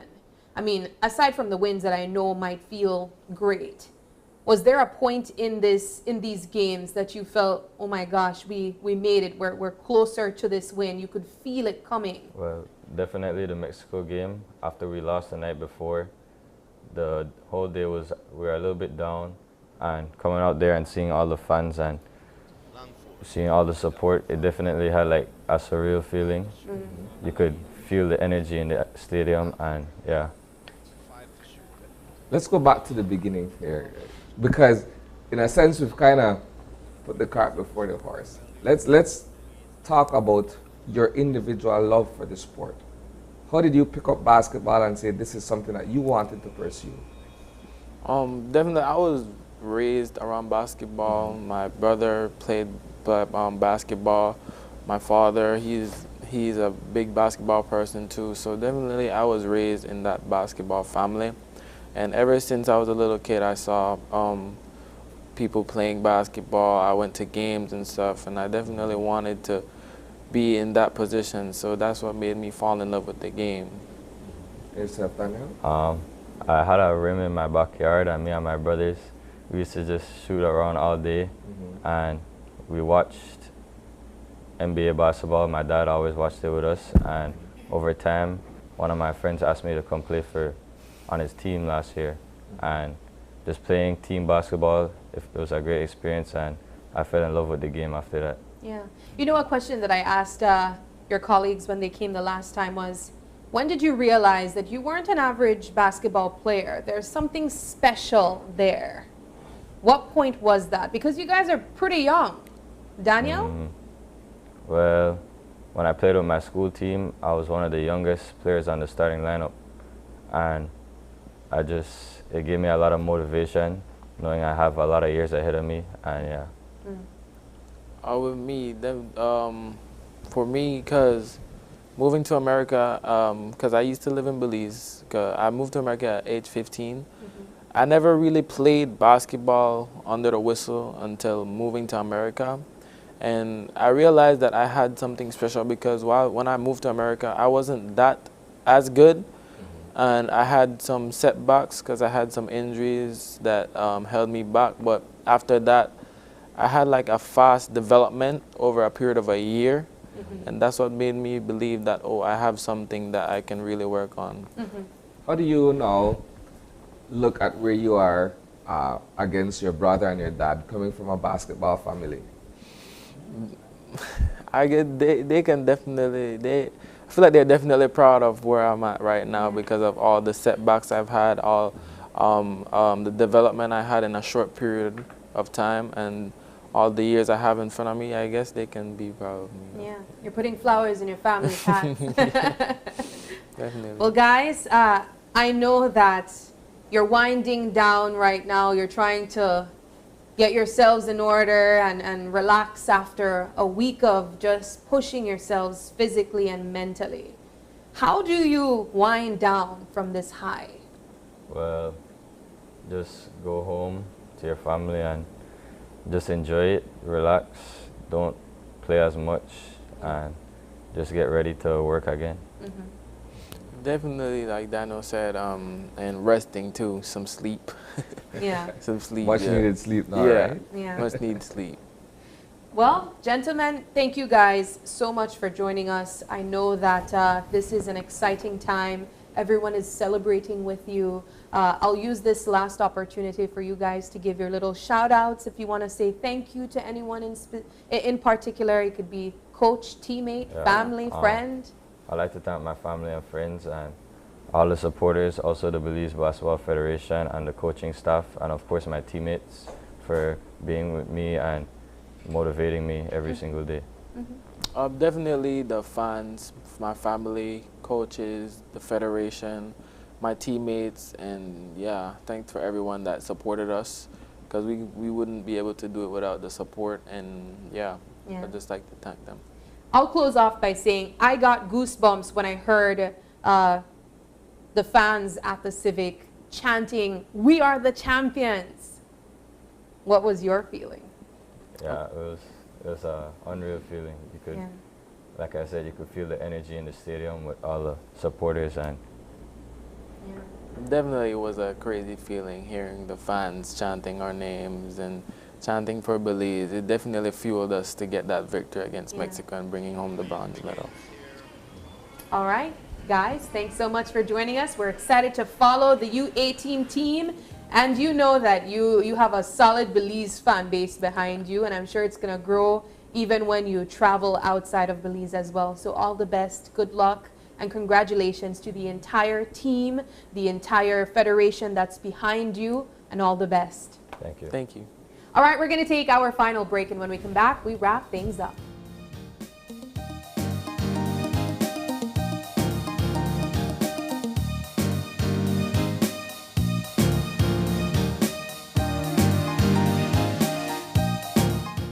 How does investment services work? For example, Joe's Construction wants to expand its operations by purchasing new equipment and hiring additional staff. How can Joe's Construction get an investment loan? The answer: Investment Services appraises the loan application and focuses on two key areas: adequate collateral and repayability. Investment Services will also consider how Belizeans and the economy will benefit from this new investment through job creation and business growth. The terms and conditions for Joe's Construction loan will be based on the purpose and cash flow. After recommendation and approval, the loan is disbursed. SSB remains committed to proper management of the fund through prudent and responsible investments for the benefit of its beneficiaries, employers, and the Belizean economy.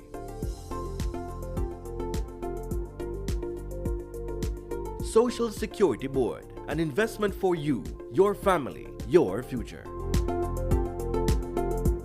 Your life just got a lot less complicated with Belize Bank Contactless MasterCard Debit Card. Introducing our Standard Debit and MasterCard Platinum Debit Cards. Now you can make purchases anywhere MasterCard is accepted with one tap, pay and go. Your contactless card never has to leave your hands, especially in these times. And your card is embedded with multiple layers of security. Platinum card holders get to enjoy extra benefits like price protection, purchase protection, trip inconvenience, and luggage protection, just to name a few. Start enjoying a cashless lifestyle today with the Belize Bank.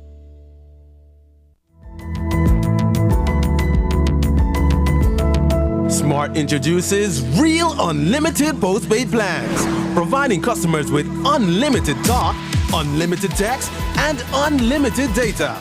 Now that's a real great deal. With Smart Plus, Share 1 and 2, and Enterprise 1 and 2 plans, you can talk as much as you want, text as much as you want, and for the first time ever in Belize, you can enjoy unlimited data with your postpaid plan. So come in and sign up for an unlimited postpaid plan and enjoy limitless possibilities. In addition, other plans such as the Flex Junior, Choice, and Select have been boosted with a lot more talk, text, and data, providing you with the best value for your budget. Be unlimited with Smart. It's time to power your dollar with Smart. Are you looking for low-cost television advertising? Have we got a deal for you? Advertise on Channel 5's Daily Classifieds. Channel 5's Daily Classifieds is one of the most effective methods for introducing yourself and your business to the community. Use our Daily Classifieds to recruit employees, promote specials, promote your products or services, promote a business opportunity, increase traffic to your website, and advertise items you have for sale. Let us help you to save valuable time and money. Call us today at 280-0013 or visit us at our offices on Coney Drive to discuss how we can help your business grow affordably. Channel 5 Daily Classifieds. Advertise today.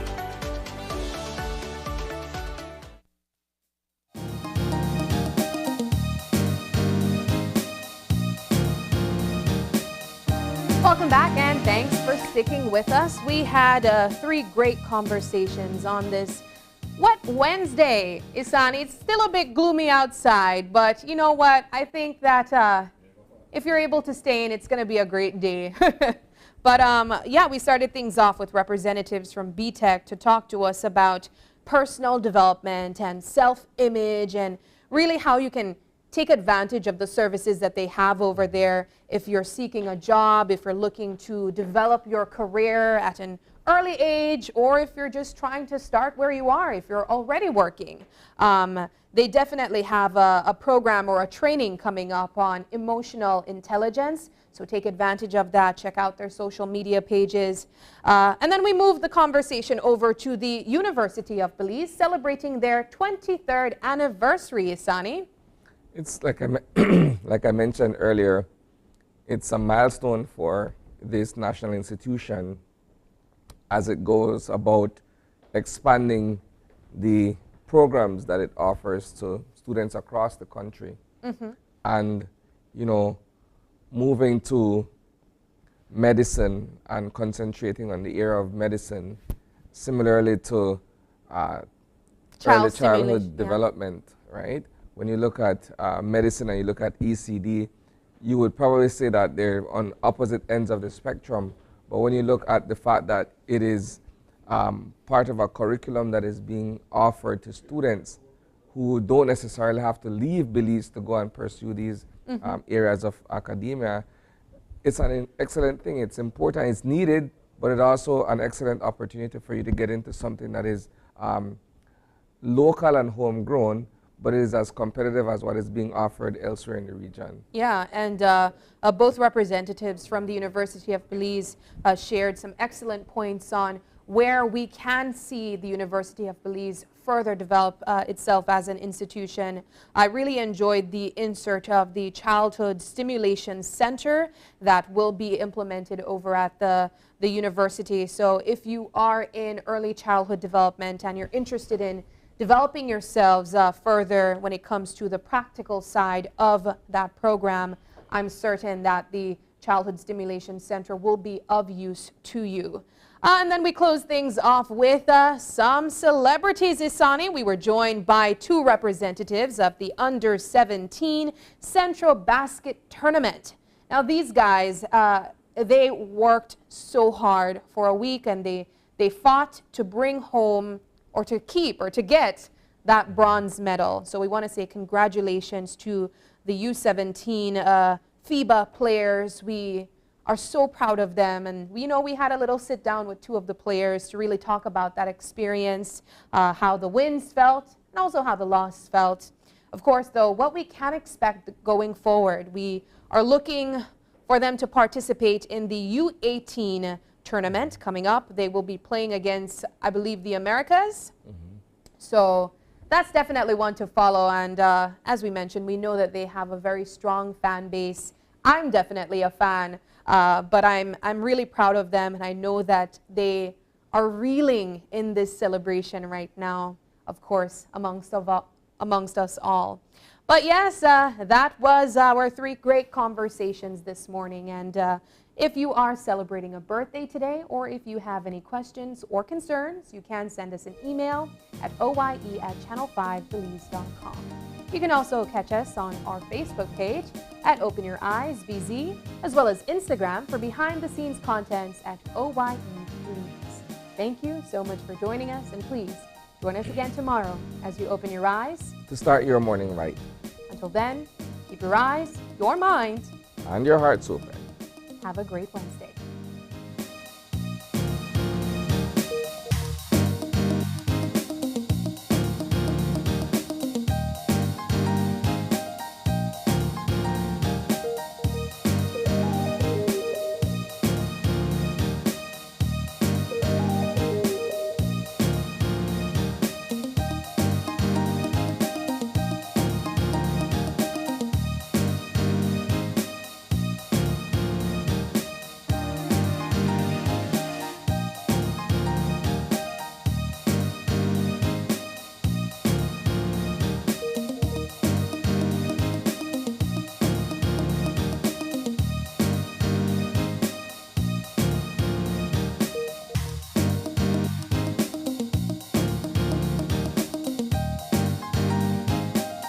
Open Your Eyes was brought to you by the Belize Bank.